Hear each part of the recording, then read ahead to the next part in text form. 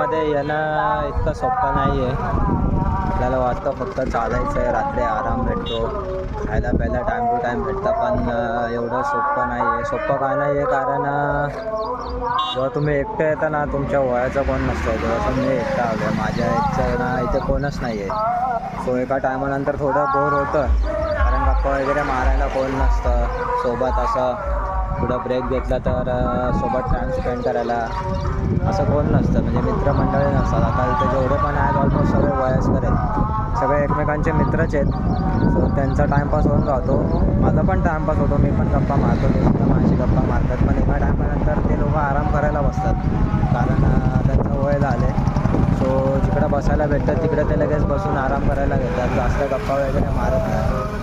So असं आहे, एकटं येण्याचं थोडं कठीण आहे, पण काय नाही, ट्राय केलं तर नक्कीच करू शकाल वारी तुम्ही पण.